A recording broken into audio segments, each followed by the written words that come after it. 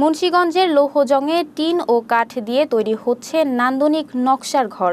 প্রায় ৫০ বছর ধরে মুন্সিগঞ্জের লৌহজং উপজেলার বিভিন্ন স্থানে গড়ে উঠেছে ঘর তৈরির কারখানা। মুন্সিগঞ্জ প্রতিনিধি আলিফ হোসেন জানান, এসব স্থানে আগে থেকেই টিন ও কাঠ দিয়ে তৈরি করে রাখা হয় ১ থেকে ৩ তলা পর্যন্ত এসব ঘর। এসব ঘরের পাশাপাশি এখানে নির্মাণ করা হচ্ছে কটেজ জাতীয় ঘর।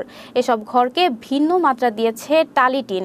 বিশেষ ধরনের রঙিন টিনের কারণে ঘরের সৌন্দর্য আরও বেড়েছে।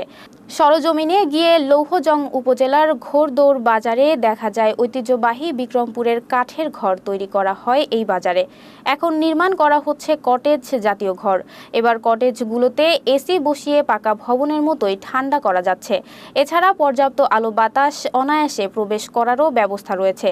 একটি পুরো ঘর অনায়াসে ভেঙে এক স্থান থেকে অন্য স্থানে নেওয়া যায়। ফলে এসব ঘরের চাহিদা দিন দিন বাড়ছে।